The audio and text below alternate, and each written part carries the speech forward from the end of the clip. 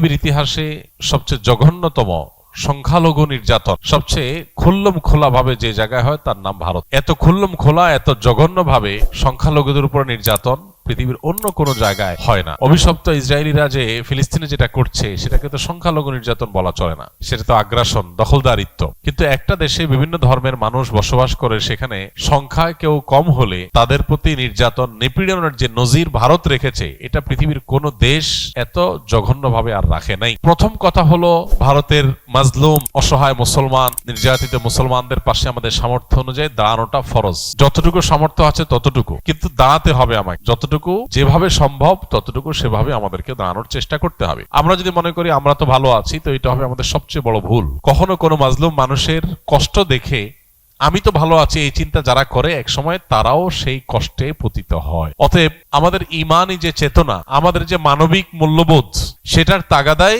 ভারতের মুসলিম নিধন, ভারতে মুসলমানদের মসজিদ মাদ্রাসা একের পর এক উচ্ছেদ করা, দখল করার যে মহোৎসব চলছে, সেখানে বিভিন্ন ছুতা অজুহাতে বিভিন্ন নাটক সাজিয়ে সেখানে মুসলমানদের নিধন করাকে যে হালাল করা হচ্ছে, এটার বিরুদ্ধে আমাদের প্রত্যেকটা মানুষকে সর্বোচ্চ প্রতিবাদ যার যার জায়গা থেকে জানাতে হবে এবং সেখানে এ জাতীয় জুলুম যেন বন্ধ হয়, সেটার জন্য আমাদের সরকারকে চাপ দেওয়া, সরকারের মাধ্যমে প্রতিবাদ জানানো, রাষ্ট্রীয়ভাবে বিভিন্নভাবে এটা আমাদের অব্যাহত রাখতে হবে। ইতিমধ্যে আমাদের সরকারিভাবে আলহামদুলিল্লাহ নিন্দা জানানো হয়েছে এবং সেখানে সংখ্যালঘু মুসলমানদের প্রতি জুলুম বন্ধ করার আহ্বান জানানো হয়েছে। সন্দেহাতীতভাবে এটা প্রশংসনীয় কাজ, এটা অব্যাহত রাখতে হবে। আমাদের সবচেয়ে লজ্জা হয় যখন আমরা দেখি যে ভারতীয়রা বা ভারত আমাদেরকে বলে যে এদেশে সংখ্যালঘু হিন্দুদের প্রতি জুলুম বন্ধ করতে। এটা যখন তারা বলে, এটা হয় আমাদের সবচেয়ে বড় লজ্জার কারণ, সবচেয়ে বড় অবাক করা বিষয়। কারণ ব্যাপারটা এরকম যে চালনি সুইকে বলে যে তোমার পেছনে ছিদ্র আছে। চালনি যদি সুইকে বলে তোমার পেছনে ছিদ্র আছে, এটা যেরকম বেমানান, এটা যেরকম হাস্যকর, ভারতীয়দের বাংলাদেশের মানুষকে সংখ্যালঘু নির্যাতনের বিষয়ে সবক দিতে আসা এরকম হাস্যকর। কারণ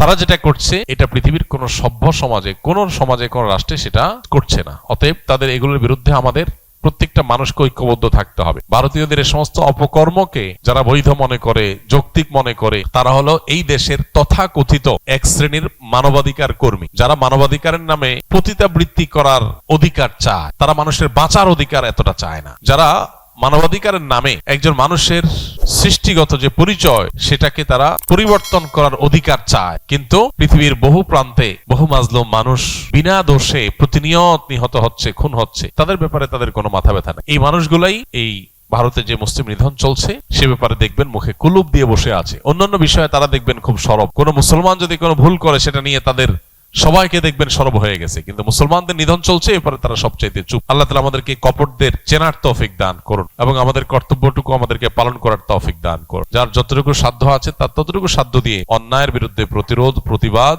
চালিয়ে যেতে হবে। আল্লাহ আমাদের সেই তৌফিক দান করুন।